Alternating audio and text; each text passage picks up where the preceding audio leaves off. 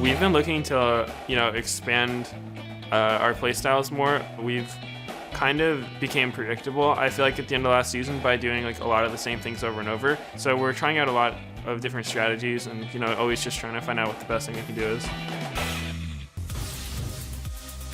Hey everyone, welcome back to day 2 of Super Week action. And you gotta admire the Cloud9s trying new things and making sure that they're always up to speed with how the game's being played. Yeah, I mean, new strategies have actually been the most successful things we've seen so far this weekend in North America, especially the Curse strategy that we saw in this last game, picking Akali, Pantheon, Karthus top lane. Definitely unexpected, but very strong.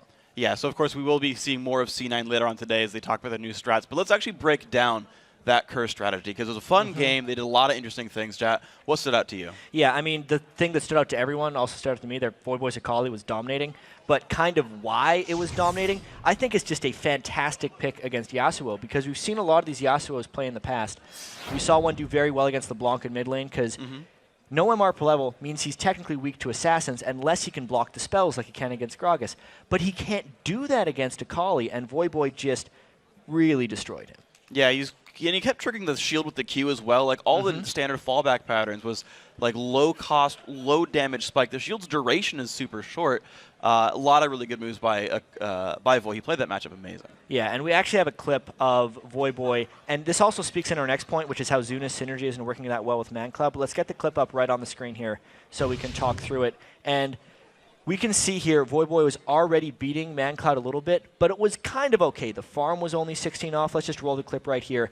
And you can see on the minimap that the Vi and the Shyvana are actually closing in on Voyboy, but Voyboy just goes soon after he can proc the shield, and he finishes him off. And here is where the communication failed for XDG, because they should have known that Caitlyn and Annie were coming up from the mid lane, and they turn it around, get Voyboy double buffs and a double kill. And even though the game was already a little bit uncontrollable, it was just even more so uncontrollable after that one. Yeah, it got really crazy. It seemed like the Curse lineup was able to just run around, do pretty much whatever they wanted without like Quas doing anything. He his ults hit late most of the time, and the other 4 members of Curse just kept doing whatever they wanted all game long. Yeah, and there was an interesting thing about the team composition too that I want to touch on a bit, because it seems like a team comp that is so squishy in Curse's favor wouldn't have that strong of a team fight.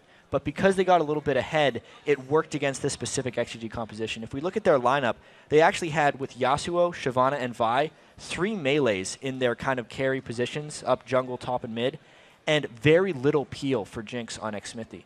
So the fact that Curse was able to pick Pantheon and Akali meant there was no protection for Xmithie when they dove through, but Curse had protection for themselves. Because there were so many melees on Vulcan, everyone would have to sit on top of Karthus if they were to fight in those team fights. So team composition-wise, it was actually much more clever than it seemed. It wasn't just like they were picking, oh yeah, they pick Akali and Pantheon, they're aggressive and go in. It had a lot of strategy to it. Yeah, Quas is off there in the side. Again, teleport Karthus that we talked about a little bit, or the casters talked about a little bit. He's off on the side. He's there to share the ultimates when the dives do happen, but he's the late game team fight insurance. Eventually Exactly. gets And a Void we saw Staff. at the very end of the game when he got that Void Staff. Yeah, jumps into the fight. He had one bad fight where he showed up late and you saw the dive into the back line. Kind of similar issues actually for Curse, where Cop's kind of by himself there.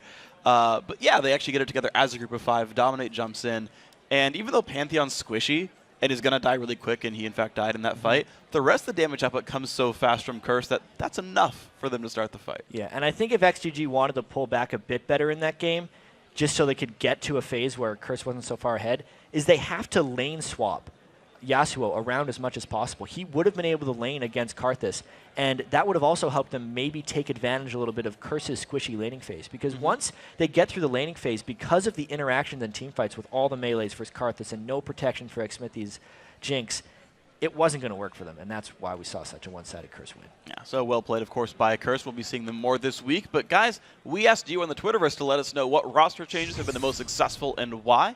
And here's what you guys had to say. Well, Dude Kook said, Curse changes. Of course, why not? Voyboy seems to fit perfectly in the mid lane, and Quas brings a lot of new things to the table. And, well, we just saw Kali dominate, and we saw top lane Karthus. So, yep. We saw both of those. I mean, Voyboy is generally the master of knowing what to do with and against new champions. he tends to pick up champions faster than most pro players. It's usually just 5 or 6 games, and he's good to go with them. So he knew the Akali pick would be very good against Yasuo. And also, Quas was able to play conservatively enough on Karthus, which we've seen other pros like Dyrus or Hotshot.GG in the day fail on that top lane Karthus. Yeah. Quas was really the first one to make it work well here. Jungle Karthus for the first 5 minutes of the game, and he actually out-CS Benny for most of that one. It was a fun one. All right, so Pure Metallica says role swapping between Zuna and Smithy is the best roster changing ever. Sometimes you got to obey the meta for the win, and it works for them. Well, let's hope it works for them a bit more, because it worked in game 1. But these games 2 and 3, it hasn't worked quite so well. I think the synergy between Zuna and ManCloud isn't quite there yet, and they're trying to get that benefit with the synergy with Benny. And Benny was 4-0 and 5 on Shyvana in that game, but it didn't quite work farther into the game. He wasn't able to carry from there. Yeah, I kind of felt like Benny was going to be like the one guy who could have worked in that game because he's the tanky Shyvana lady. Like, he'll survive the assassins, but Cop got huge and he got to take her down pretty much. I think that was one of the big points that game for me. So go to the next one. Edgy234 says, I would have to say Bjergsen to TSM. Reggie has the superior leadership, but Burger King will make those crazy plays and carry. Yeah, hard to argue with this one. I really think Bjergsen was probably the best addition of the offseason for TSM. He has done nothing but do well since he came over, at least in Battle of the Atlantic and in the couple games he's had here. He did pretty well against Ty's Teemo, and I think the TSM will be stronger for it. Yeah, he had a really crushing game as well where he played Zed and did all kinds of wonderful things. Bjergsen's a great player. Next up, at Alive Still says, my favorite LCS roster change was Cloud9's. Don't fix it if it isn't broken. Well, they're broken, and I can't find the nerf pad anywhere. Well, it's interesting. I guess that's technically a proper answer to our LCS response to the most successful roster change, but they didn't change anything. I was hoping to see that, actually. They weren't supposed to, because they were doing so well. Yeah, actually, that was the response I was hoping to see. I figured they'd be good. They are changing strategies, though. That's what Cloud9 did say. It's true, and that's been very effective for them. Yeah, it so has. They keep the things that aren't broken, and they fix the things that are. Any team that picks Teemo is doing something right. Now, guys, we get ready for our next game. Yes, it is, Jat. Let's send it back over to Riv and Kobe at the caster's desk. Thanks, Freak, and I'm with you, Jat. No. And now we have number 1 Cloud9 versus CLG, 2 undefeated teams. Kobe, who do you think is going to keep the momentum here coming in with their wins really behind them? So CLG was one of only 2 teams to beat Cloud9 during the summer splits. Yeah. And yesterday versus Dignitas, they won because they had really good map movements as a team. But, you know, they did have a lot of mechanical mistakes individually, as they admitted in their after-game interview. So we'll have to see if they can clean up those mechanical mistakes and keep the good aspects from yesterday, which were the map movements. And we just had a little talk about it. They were saying High. People were surprised that High locked in Teemo yesterday. How is CLG going to work around that? Do you ban it out? Was it just for that scenario? How do you figure that out so soon? So playing against Teemo is a very frustrating thing. Yes, he gets mushrooms all over the map, kind of suffocates all map movements, so you don't get to have those good rotations. Right. So they might ban it out, but there have been a lot of pros that have been sort of outspoken that they are not sold on this Teemo pick, especially over in Europe. There's a lot of guys tweeting out that they didn't like the Teemo pick anyway, and because of the rest of the team was doing so well, is kind of why it had such a big effect. But still, regardless if the Teemo has a good early game or not, those shrooms are going to be a problem when you're trying to rotate around. And since that was one of CLG's really big strengths, I think they might ban it. And what's the flip side? Yeah, what can Cloud9 do to ban out CLG in this? So it's a pretty obvious choice to most people watching that Hotshot.GG in the middle lane has a fairly small champion pool. Since he's only been playing solo queue, he hasn't had to get a whole array of champions to choose from. He's pretty much the Nidalee, the LeBlanc, and the Xerath are the famous ones. So they might dump 3 bans into Hotshot.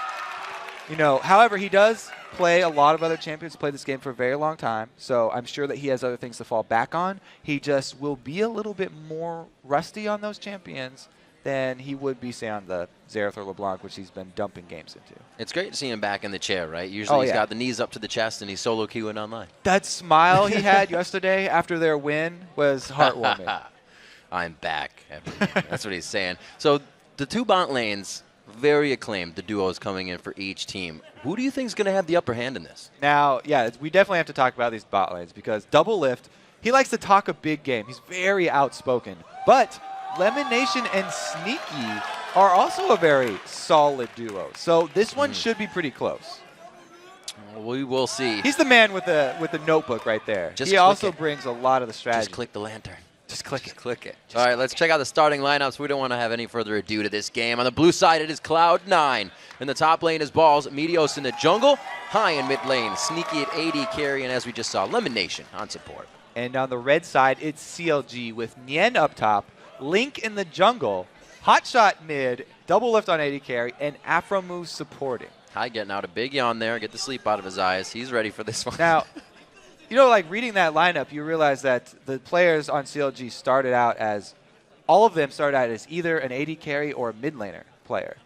Like their whole team is just AD carries and mid lane players that have been sort of filtered into other roles. Sometimes a jungler if you need it. And Nien both. Nien played mid lane and AD in competitive roles. It's very interesting choices there from CLG. Yeah, when Chaucer was there, everywhere as well. So it's kind of like they just like everybody that can be versatile.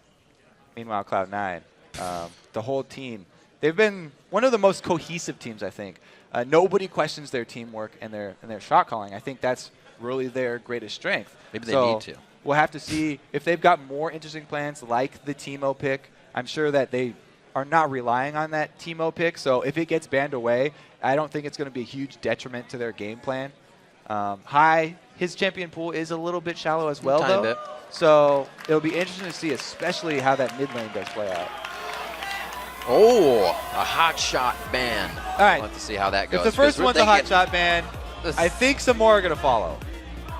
Take out Hotshot if he can do it. Now, okay. what we were saying earlier was like they ban out, or I think Jad and Freak were talking about, if they ban out Hotshot, why doesn't Hotshot just go back to the jungle and Link will play mid? Because he has a bigger mid champion pool. Hotshot, George in the jungle, didn't sell too many people on that one. So I think that regardless, he'll stay mid. All right, last ban's coming out. Yasuo will not be seen this game. They do focus Hotshot once again with a KO ban, so that's 3 straight to the mid, right to the heart. Even that, though we just saw Voyboy counter Yasuo so well with the Akali pick, since CLG doesn't really have Akali main, they're going to ban away that Yasuo. They don't really want to rely on that one. So you need Akali now to kill Yasuo? I don't know. It looked like the most effective counter that I've seen so far. When you get a Pantheon crush. And you have a Pantheon that worked jungle really that comes well. and gives you the first kill. That's going to help a little bit. It was always like a sporadic wind wall. He was like, oh, here. Oh, my God, here. I'm running away. It's also, the one was backwards, so. Elise being picked up in the jungle for Meteos. He is going to absolutely love this pickup. Top tier jungler for him, and it's a fast 1-2 on Shyvana and Annie. Yeah, Elise been a popular jungler. He was one of his favorite junglers last season as well, so he's definitely very at home on this champion, even though he played by 2 times yesterday. Gonna be very, very happy with that Elise pick. And Nien, again on the Shyvana. This is something that he's used several times over again. He usually does go for the Blade of the Ruined King early instead of the full tank Shyvana. Right. So I do like that as another threat coming from them. I like the damage over the tank. You always want to get in there and hit somebody. We do see that Gragas is still open as we go into picks and bans here. He's kind of been highly contested for the mid lane. He can definitely control the map, control objectives, control his lane by himself. This kind of glossed over this, but the last mid ban that was aimed at Hotshot was actually Hotshot's Kale, which is one of his sleeper champions. I thought it was a sleeper champion. I didn't want to give away, but they left open the Xerath. So wide out in the open. Xerath is open for him. This might be a bait into Xerath because Cloud9 are aware that everybody's aware that Hotshot's been spamming those games in solo queue. It could either be a Xerath. There's so many things, like you said. Gragas is open. Very interested to see if they actually pick it up first or if they want to counter pick with Hotshot, because High both teams are saving their mid lane picks right now so that they can counter pick. CLG will have the last say because they do have last pick here. Yep. So if they want to just hold on to that pick for Hotshot till the very last second, then they can wait and make High show what he's going to play. Pretty good team coming out for CLG so far. The Shyvana, a nice little bit of mixed damage in there if they decide to go more AD for whatever lane, but really AP's left open here with the Kazakhs, the Yasuo being banned out. And now it's Sneaky and Lemon Nation to choose. Actually, Cloud9 usually leaves, not usually, but more than often can leave the support for one of their last 2 picks. It's not really a high priority for them. They want to get the composition that revolve around in there first. Yeah, Lemon probably will go with one of the popular ones like Leona or Thresh. But he could easily do something different and go with the... not even worth saying now.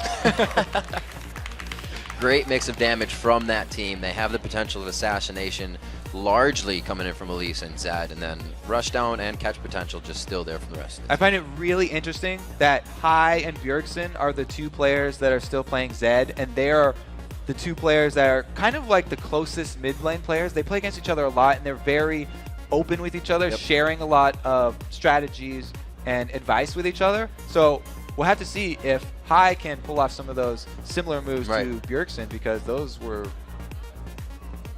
flashy? A little bit flashy, shadowy, if you will. Yeah. We saw it over in Europe, and it actually was talked down a little bit. It's like the meta's too tanky now, but when you got that Mundo on your team, you know you're going against the Shyvana, you have a lot more targets now that you either grab them out or ban them out. So Zed is kind of coming back a little bit here in NA. The classic matchup of Mundo versus Shyvana could go down here. One thing is that in this matchup, Shyvana pretty much always will take Ignite.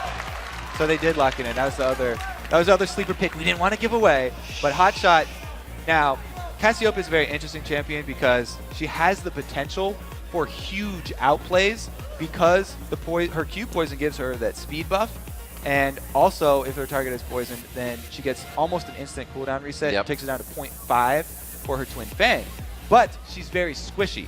So Hotshot has to be very precise with his movements. The position of Hotshot is going to really determine a lot of these team fights. If he is able to keep himself from getting jumped on, or at least able to bait in the team for the Petrifying Gaze to the ultimate, that's one of my favorite actually stun them, then they're going to be fine. But this champion is like, it can go really sour really quick because she is so squishy. These games are leaving us just wanting more. New champions each and every time as the teams load onto the Rift. Let's take a look at who you think will be the winner of this matchup. According to LOLesports.com, 79% of you think Cloud9 is going to take this next matchup, make it 3-0. Easy bet going with the winners here because they had such a great split last season, and they have started this one off undefeated already. If you're going with it ain't broke, don't fix it, then you're definitely on the right track. Yeah, and meanwhile, CLG playing with Hotshots, who hasn't really played with the team for more than maybe a week. They've been practicing since they had the visa issues with Dexter. That is the reason, by the way, why he is in the mid and Link's in the jungle. Yep, absolutely. And we didn't get the swap. Everybody, or not everybody, but we're like, maybe Hotshot will go to the jungle if they ban him out in mid. They're going to stay true to this. Hotshot stays in mid, Link stays in the jungle. And really, are they going to be able to get an early game with this team? So that was something that I was going over before everyone went crazy about the Cassiopeia pick. The Shyvana Mundo matchup. Right. Shyvana pretty much always takes Ignite with her flash because Mundo, she needs to cut down on that health regen. But Mundo is freed up to take a teleport if he wants to. So even though he may play a little bit more, a lot more passive in the early game, he is going to have the global advantage there to be able to use that summoner teleport later. And since this Cloud9 team don't really have super strong hard engage, they would just rely on like an Elise Cocoon or something. They need to use that teleport as a flanking maneuver to try and outmaneuver CLG around the map. Well, we did talk a little bit about the bottom lanes. We see Annie and Jinx in the Rush Hour bot lane. It is going to be going up against that Lucian and the Thresh, so we'll have to keep an eye on that. Sneaky will do as Sneaky does. They're going to stand it out, and he's going to dance in mid. Talking about the bottom lane, again, no surprise that it is dual Doran starts for them, but you can see that Lemonation has at least gone a little bit into utility here, getting the biscuits. And Annie didn't start with the Doran shield. It's the more aggressive Doran's ring start, so it'll do more damage, but if he does get caught by a nice hook from Lemonation, then he's still fairly squishy.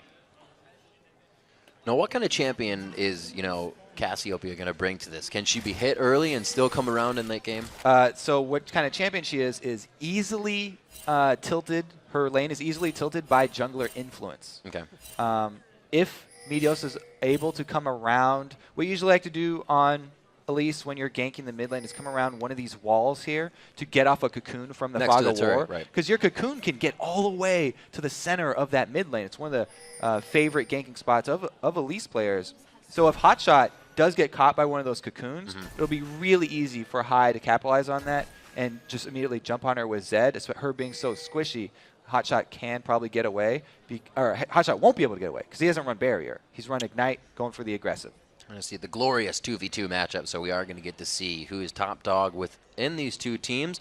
We'll focus a little bit on Cloud9's warding as we go into the game, because Sneaky and Lemonation like the pressure quite a bit and gets them in trouble, so we'll keep an eye on that. Exactly. Talking about the pressure, the duo lane for Cloud9 have started in lane. They're already shoving it so they can get the early level 2. There's not going to be that opportunity for CLG. Since they decided to help their jungler Link, they want to get him a good pull. He's a little bit new in the jungle. And here's the aggression already. Wow, Afromu down to 300 HP. The Ignite goes down, and Lemonation will not deter from that battle. He's actually going 2v1 now. Looks like he brought a shield to the party. Yeah, Lemonation doing a good job there, soloing up the Afro. But the Ignite burned already at level 1, so not that much damage coming from it. And Afro still holding on to his summoners. That was one of those click it, and Sneaky decided to stay back. They also said that sometimes they focus different people on accident, and I think that was a little case of that. Sneaky would have taken a bit of damage walking through, but we were just talking about it. They are going to try to stay as aggressive as possible. And with the wards down already, they really can't even place more, so they're sitting blind right now. Yeah, it was a great trade for Cloud9 to get the early step in Illusion lane is huge, because he can easily roll the first minion wave advantage into the next couple of minutes of advantage. So it's going to be up to Afromu and Doublelift to try and CS until they can get something from Link. If Link comes in and Afro will set it up with a stun, then that will be the turning point. But until then, they have to play defensive. Very nice max range grab there. Doublelift and Afromu able to poke back a bit, but you can see they are on their heels right now, and this is exactly where Cloud9 wants them. You know what else is going to be really important in this game?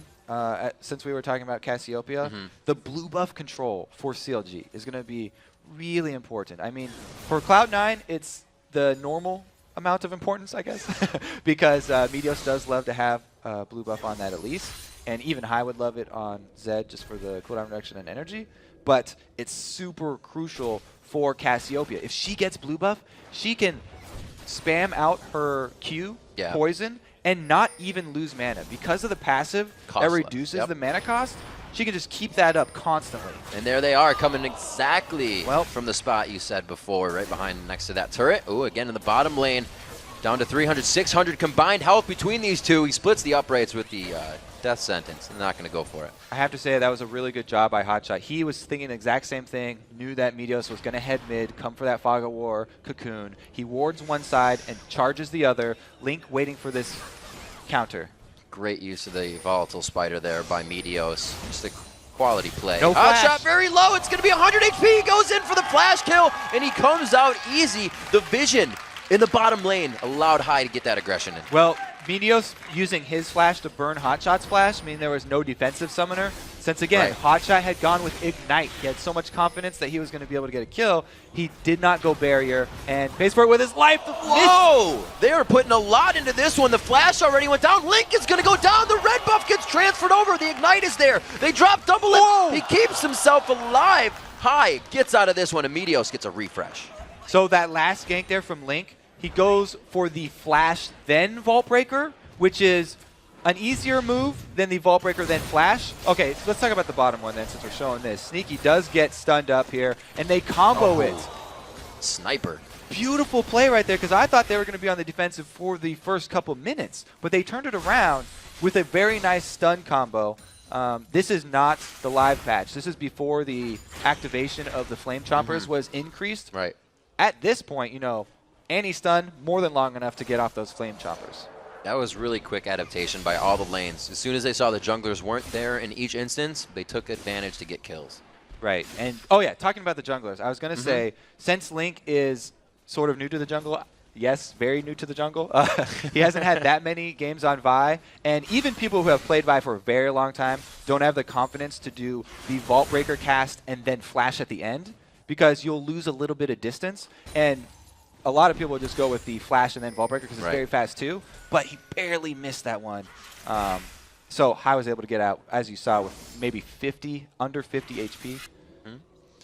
Meteos going for pretty hefty damage as he goes Sork Boots first before even getting the stone in. Pretty aggressive by these guys. Level they want to get their kills. 6. There it is onto Hotshot. I don't know if he's going to have the full damage necessary. His Ignite is down, but he's going to want him out of lane anyways. Talked about him being super squishy, and since he has not been able to buy the parts for his arm guard yet, he doesn't have the extra armor, and he has to try and CS with his long-range poisons. Oh! Very, very word! Deep dive by High, though, so that'll probably be able to answer No the assist? kill. Wow, No, he he didn't touch gets him! executed. An amazing play there by High, keeping himself out of range. Maybe he thought Link had the damage. Meteos in the bottom lane goes for the repel, loses out on the turret aggro, which is what he wanted, and finds some minions in the back line, and somehow they walk out of here with about 400 HP. Oh, I need to go back and check if the cooldown was up for Link's E there to extend the range of his auto attack barely, but man, that was so close to touching High, and Hotshot didn't actually not get off any damage before he went down, so everyone's surprised right there. It was actually a turret execution, and the experience is gained, but not the gold. All right, so let's take another look at it these here. Qs is He goes in for the harass. He sees Link. My gosh. At the moment he sees Link, he decides to go for the kill. Oh, he did have it activated. Okay, so Link did the right thing. Okay, I was going to say.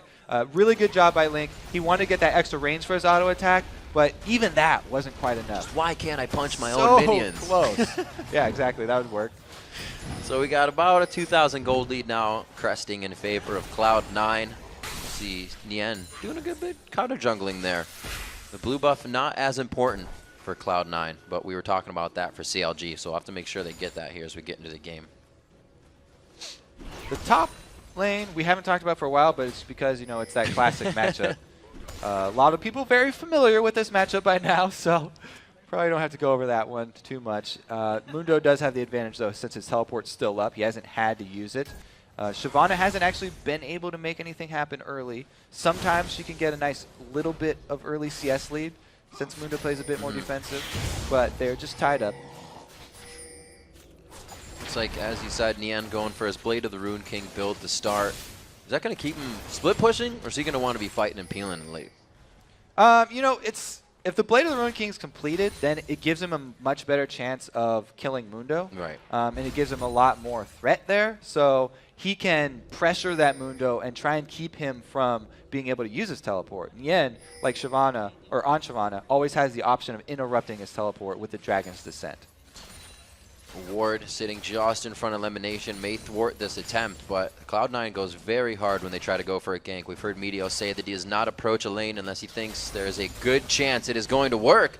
Aphromoo looks like they want aggression on this, and they've actually read it like a book. Link comes in from the other side, but is there enough help on Doublelift to make it work? He is going to fall first. Elimination almost just getting out, and Tibbers is going to take a swing and scratch him down to size. We got a few more kills coming out, 2-1 in the end. And Balls is not near Nien. No interruption on the teleport, so they can easily rotate after the gank down bottom, the successful 2 kills, into the objective. Grab the dragon. They have not only Elise, who's amazing at early dragons with all percentage damage, but they've got the Mundo with the cleavers and the ability to tank it.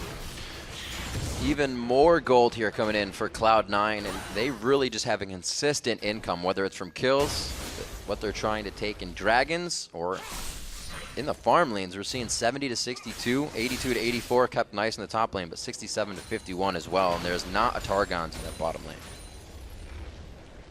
I think the biggest CS discrepancy may be between the junglers, and that's due to the ganks that Meteos has been pulling off. He's been going much more aggressive, as you would expect in the early game of Elise versus the early game of Vi here. Link's been doing a good job, though. He hasn't been wasting the time. He's at least been farming very hard.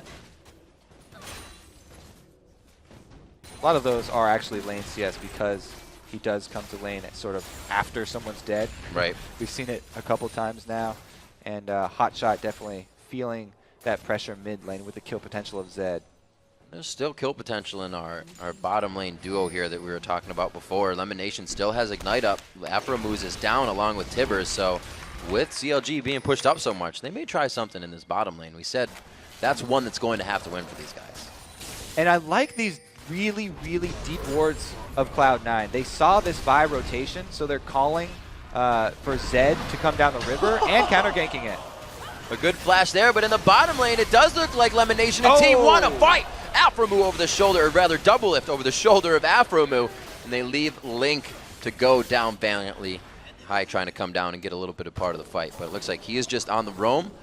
Hotshot can't do much in mid, so High's roam is really working. Yeah, Hai has the ability to roam at will now because he's the one with the assassination potential, whereas Hotshot heading up top and Sneaky takes it stun! Oh, Sneaky from the side of CLG. There's the teleport coming in, or teleport going back, I should say, from Balls. He's going to walk right into Hotshot GG. He's waiting at the cooldown. Trying to get Hotshot back in. Oh, the Fang goes out, but he wasn't poisoned. That kind of kills the cooldown, and it's really going to be harder for the kill to come in, but he gets the auto attack from the snakes, throwing snakes. So we had the roam down bottom from Hai, from Zed. He was the one who got to choose where he wanted to roam first because he was ahead. Now he takes some hits from Link here on the turret. Guess he's not worried about it. He was the one who got to choose where he roamed first, but since the CLG got a kill down bottom anyway, it wasn't that big of a deal. Hotshot, meanwhile, was able to shove the wave since Hai left and then head up top to turn around the brawl of those two top lanes. So the one turret now down for CLG. Should be working in their favor if they can start to move and transition a little bit better. That's what we said was really their strength in their last game, to transition as a team. It wasn't so much the mechanics. Right, and it seems like they definitely are more on the back foot this game. Like I said, Hai is the one making the initial rotation down bottom, and then Hotshot's just trying to answer, left with only the option for going top. It did work out though, so it was a good move by him to shove that wave in and answer with another kill. They're still down from that objective though, since the Mundo used his teleport to grab Dragon. Still waiting to see how this bottom lane pans out. 3 kills for Doublelift, 2 kills for Sneaky. Oh. They're somewhat matched in damage, but the Bloodthirst are not building up for Sneaky just yet, and this is really CLG on the aggression here. They figured out last fight was in their favor. Sneaky eats a rocket to the face, like you said. Very nice. Afro is getting so close for that stun, but because all the damage from the rocket execute was blocked by Sneaky, they didn't want to overextend. There's just so much good pink ward coverage from Cloud9 in the bottom that CLG have to be very careful about overextending down there because they've been counterganked twice by Meteos in the bottom lane. Well, we thought it would have been Hotshot, right? They focus Hotshot in a ton of bans, but they leave him up to just play on Cassiopeia. It's only been really High that's trying to put the pressure on him. So yeah, they got the early kills on him. Right. Meteos definitely had the early plan that we talked about where he comes in with the leads from the side for the cocoon, and that got High the initial lead. Yeah. But Hotshot, it's good that you mentioned him again. He stayed in this. His CS has not suffered as much as you might think in a lane where there's so much kill potential for Zed, because she can CS from afar with the poison. Hotshot really, the only thing that he's been suffering is that High gets the roam first, and he has to answer. And Link, what is it really the reason that Link just is focusing bottom because Meteos is now that he can't give Hotshot help? Because we said that's a jungler tilted lane when it comes to it. Well, we talked about in the video, before this, the bottom lane are hotly so contested, important for both of these teams that a lot of pressure coming out the stun combo again. Lemon Nation, always on the front. Didn't quite get as far as he did out of that one, and it was really just a quick kill. Doublelift is grabbing these up. Actually, that went to Vi. I think if the live balance team needs an explanation for the balance changes that they gave to Annie and Jinx, then that clip right there is exactly what they'll show. They reduced the stun on Annie, and they increased the timer on the arming timer on those flame chompers. Right. So that combo is really hard, a little bit more hard to pull off now, but on this patch, of course, tournament round, still extremely potent, and that's why the Annie Jinx so much of a high priority for CLG. This is really great for CLG, not something you see them doing as a team, and that's dictating the first 2 towers of the game, and not letting Cloud9 answer. High doing a good job here too, because he has this kill potential on Hotshot. There's not a lot of options for Hotshot, and he has to give this ground up. You can see him quickly putting down a ward. If it's not the vision of the minions, they want the vision with a ward, and that is how they're going to gain more power and keep this snowball going. It's 2,000 gold, so that gap has been slightly closed by CLG. Everybody just returning to normal lanes as Cloud9 looks and has the timer for this dragon. Looks like to make theirs again. Yeah, it's really easy for them to go for these dragons because they gained that foothold in the center of the map so early. Getting that early game advantage in the mid lane means that Meteos has his choice of what side of the map he wants to influence most, and he obviously chose bottom, so they're able to get a secondary dragon and the turret. A lot of gold just sitting on the map that they're pulling out right now. Balls missing the damage on Dragon's Descent and catches. Whoa! Assault Battery from outside the grounds, and it looks like Balls will almost go down. He's up to 200 HP again. The twin double bite. Doesn't even need to bite. Just goes for the regular hit on Burnout. So it takes them a bit longer since Nien went with the Sunfire over rushing Blade of the Ruined King, but Link shows up. They're able to get the kill anyway, and it works out all in their favor. They're able to get some turret damage as well. Really solid having the push be mirrored on both sides here. Counterlogic Gaming doing what they can to get that bottom turret, or I should say bottom of top. Looking for a double. Ooh, goes in on Link. The death mark's there. That is the kill. He tries to shadow back, yeah, and it's not going to be anybody there for him. Nien's going to leave the scene of the crime. He's going to escape with his life. Well, maybe not. Yeah, he got it. He's a dragon. He's fine. But he is going to meet a spider here in a second. I don't know if this is very good for a dragon.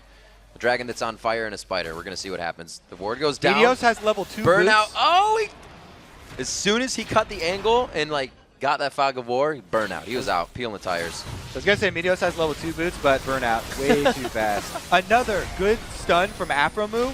And Elimination first. Double Lift misses the choppers on that one, but he hits the ultimate. So damage over stun is going to take that one. It does seem like there's a bit more miscommunication with the C9 bot lane. Lemonation has been kind of going in on hooks that I remember Chaucer was doing a lot. He usually just kill himself, and then he came around with it and it became so much better. But usually you see Lemonation being very methodical, figuring out where to go, and the team's been like 900 range behind him on these hooks. It's always dangerous when you start getting really far ahead of your team with your initiates. But he's landed some pretty good ones as well, and some really nice lanterns. By the way, up at the top one, he had a lantern that they were able to burn Double Lift's flash when he lanterned over Meteos. Right. So, you know, he's had some really good lanterns, and I think it's good that they do have the confidence to click them sometimes, even when he is deep. Let's take a look at the builds. The Spirit Visage trying to come out onto Mundo. We're still looking actually for a piece together here build. We thought Blade of the Rune King quite quick for Nien, but it looks like he starts a Spirit Visage of his own here. Now, as usual, the big threat for CLG is Double Lift. They've got the 4 of the kills on him. Feed the striker. He's on, yeah, exactly. He's on the high scaling Jinx, which is one of his favorite champions. So their end game, they're feeling pretty confident, even though they know that they are behind some dragons right now. They're tied up in kills, and they're happy to let this game go a little bit longer. Nien, maybe not that happy. He does get away. So close. Run, dragon, run. He's been making it out quite easy of those engagements. However, that was really the first time he used Dragon's Descent to get out. Usually he's been going at balls with that one. So you can see that, you know, 1v1 kind of turning. All right, so we're talking about CLG looking towards the end game, as they often do. They're happy because their carry is fed, and they have tons of crowd control from their other sources here. Hotshot is building a bit tanky as far as stacking health is concerned, because he's got the Haunting Guys, plus he's going to build into a Rylai's, which makes Cassiopeia's poison turn her slows into AoE slows, or turn her poisons into AoE slows, and he will create a nice battlefield for Double Lift to easily maneuver around. Trying to get high into the split push here. We have balls coming out of the base. Everybody's about to meet up in middle, see what they can plan on a mid attack for the turret. 3-3 in turrets is Cloud9 really wasn't worried when they were losing all those turrets. It seemed they took the dragon and then boom, boom, boom, the turrets fell after. It was just what they had in mind for the time of the game. So it looks like CLG wasn't really ready for that, and it's kind of slowed down on both sides now. It has slowed down a little bit, and it looks like they will just return to the age-old Zed split push. Yeah, right. Hai's going to need some more wards, though.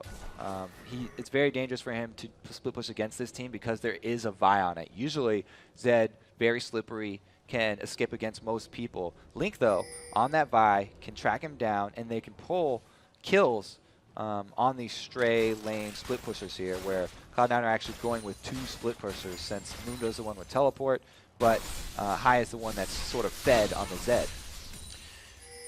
So until Cloud9, well, it might be right now, really starts to group, it might favor CLG. Hotshot's falling behind 40 CS now is starting to affect him. It doesn't seem like the mid lane is really what he's been doing for the past season. So his roam has been non-existent. As you said, High, been all over the place, and he's really making an impact at 3-1. Right, so what Hotshot's doing now is just trying to hold the mid lane. CLG are trying to farm up a bit before they go for their next engage, because they're definitely feeling the early pain from Cloud9 here. But they have confidence in their composition when it does come together. Hotshot, what he does bring to the table is amazing counter engage. Cassiopeia is one of the best when the C9 team will be charging them. If he can get them facing, then he'll get his stun on the Petrifying Gaze, and Afromu can follow it up with his second area of effect stun. So 2 area of effect stuns plus a Fed 80 carry is a good recipe for winning team fights later. Super excited to see it. I remember it was all the way back at All-Stars they questioned, which champion do you want to see? And I was like, Cassiopeia. So I've been waiting this long. It better be good. Now this is very dangerous for CLG. They know that the dragon is up, but going to face check it there, even though they were super late and there was nobody left, it's a real dangerous move because they were running down vision of that Cloud9 already had, and they could have been walking into a trap there. Dragon already taken by Cloud9, another extra global gold lead for them, and CLG is also out of position now. Yeah. Since they rotated down to the Dragon, not only do they give up Dragon, but they're also giving up damage on the turret. Not enough words for CLG around here, and Cloud9 knows the position they can take. It's going to be a back Dunk deep combo. dunk by Link, and he goes in. Can he get the kill coming out on the High? They do shut him down. He does not get to use Death Mark within this fight as it was still down. The Inferno rocket hits. Very nice job by Double Lift, and it looks like they're going to keep going on to Sneaky here. The repel went out to Wraiths coming in for Meteos. They look safe, but the pursuit is on from CLG. What a great combo there from Afromu, starting this thing off with a flash engage. Tibbers stunning him up in time for Link to come in with the ultimates. That was the target that they wanted. They took out High from before the fight started, and there won't even be an answer from Cloud9. This is big for Counterlogic Gaming, answering quickly in the mid lane with 2 turrets. They open up exactly what they need to on the map, and now maybe we'll get some of those wards in we were just talking So here's the flash initiate from Afro I was talking about. High is the priority target, so Link uses the full Vault Breaker to gain distance, and then just gets in range for his Assault and Battery. With Nien coming down from the top lane, perfect job collapsing onto the C9 team that thought that they had the advantage on this mid-turret damage because CLG were a little bit out of position outside their base. It just turned into a flanking opportunity though for CLG, so it actually they were able to turn it in their favor, answer with the gold, now even. Yeah, coming out of that replay, the gold was 38-4 apiece, and only these little jungle camps is what's really giving us a discrepancy right now.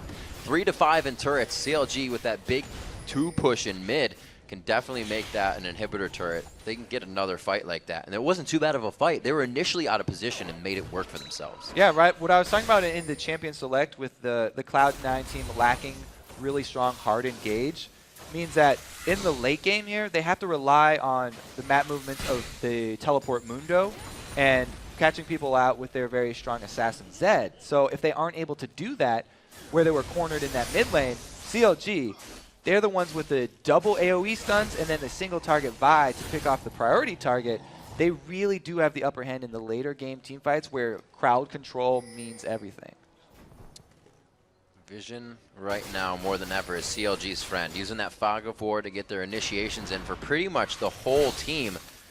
And they didn't even really have to use Hotshot's kind of counter-initiate there as well. So we still have something to see from them. That was one piece that was missing. Like, the only thing about Cassiopeia's ult, it's not going to stun when your opponents are running away, so it's not a good chasing tool.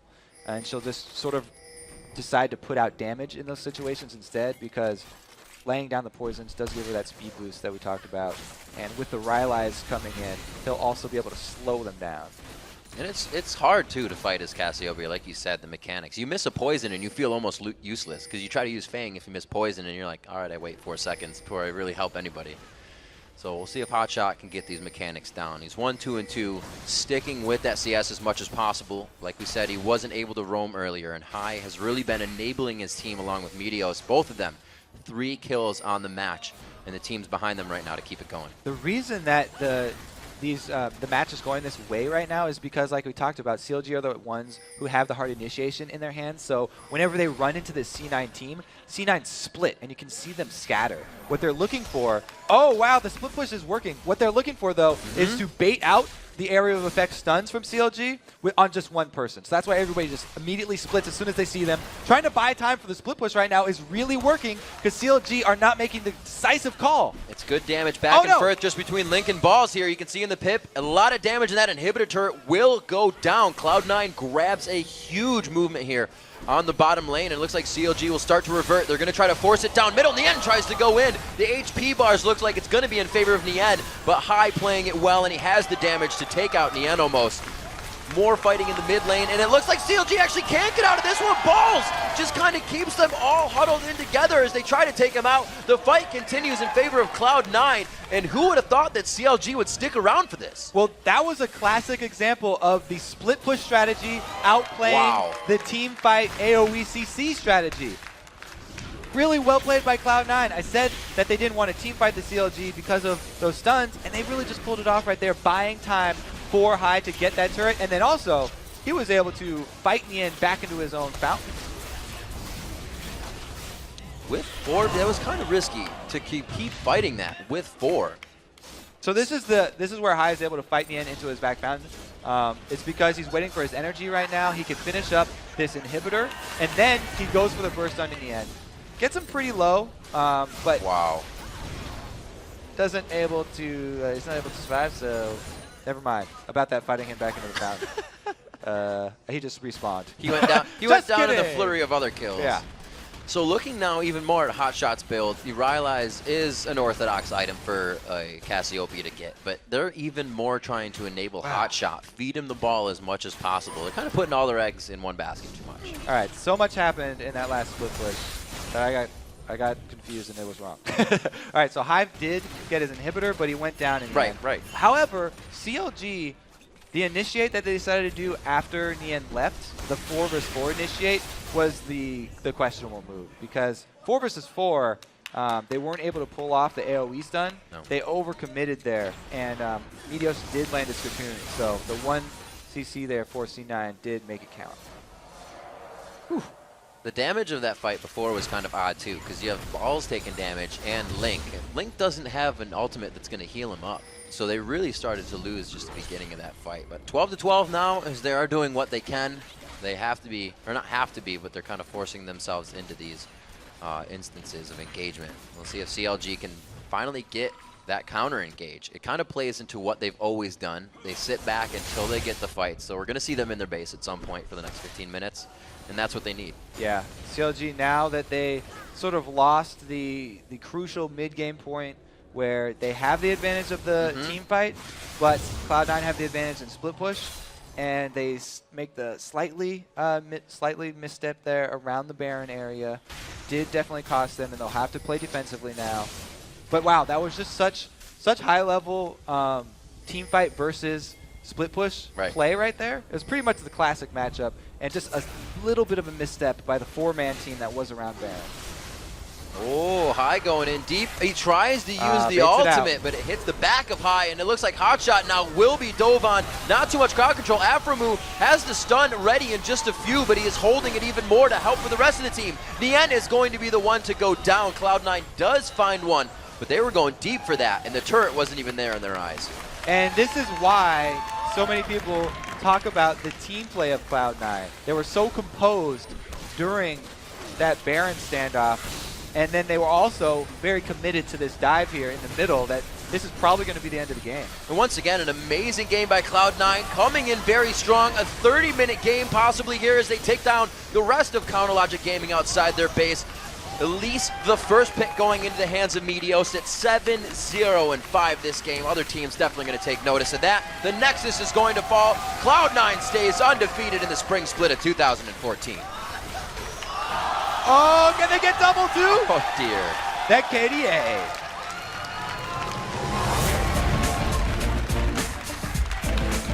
Once again, bringing out a little bit of versatility.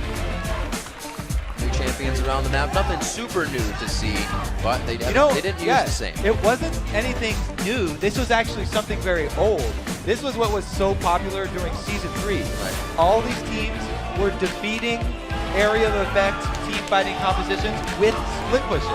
That's exactly what Cloud9 went back to, and they pulled it off really well, even if I wasn't able to keep track of what was Great mention, though, in the early game on the blue buff, the help that went to Link, maybe for being a new jungler, maybe because you wanted a little bit more help to get to top lane. But as you said, as we mentioned, the aggression that Lemon Nation and Sneaky put out more than they used to gave them the first push and the fast level too, and they really worked that lane well with Meteos. Definitely impressed with the coordination there from Cloud9. But we know around the Baron, like CLG had the upper hand for all the mid fighting, and you can see when they ran at Cloud9, they separated just enough not to get caught. Right. It's something in solo queue where you're like, okay, I'm going to split push, don't get caught, guys. Someone always gets caught. Cloud9, this is not solo queue. They were able to play that so well and keep in range of Baron that they put CLG into a hot spot where their comms, I really want to get a listen into their comms, their voice comms, during that situation where the split push was going on, because that's when it's most crucial. Well, it has to be hectic, because one of our main points coming in here was that Hotshot, GG, and team were able to roam as a unit, right? And then he was on Cassiopeia this game, which no roaming for the rest of the team. Nobody got help. Nobody had any assistance for whatever was happening in lane. But High was, and so was Meteos. So that just escalated the punishment even more. Getting that early flash burned on Hotshot and then High turning it into a kill definitely dictated the early game, because mid lane is such a swingy position for the junglers then to exert their will. And you can't say that CLG didn't do good as well, especially in the early game. They got that kill. As soon as they killed Hotshot in the middle, Double Lift and Afromoo said, we got to take matters into our own hands. And they started picking up a few back and forth kills. But overall, Cloud9 just stops that at some point. Doesn't let you get the comeback. A really good answer, chaining those CCs. Yeah, they did. We got to take AFK. We got to go AFK for a quick break. But when we come back, Freak and Jat are joined by Cloud9's Meteos. Then Dignitas will take on Team Solo Mid. The 2014 NALCS Spring Split continues after this.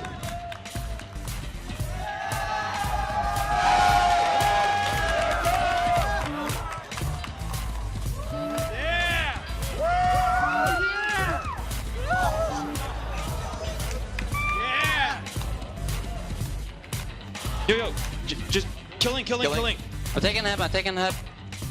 Yo, keep going. I got come shot in 7. Double. Afro.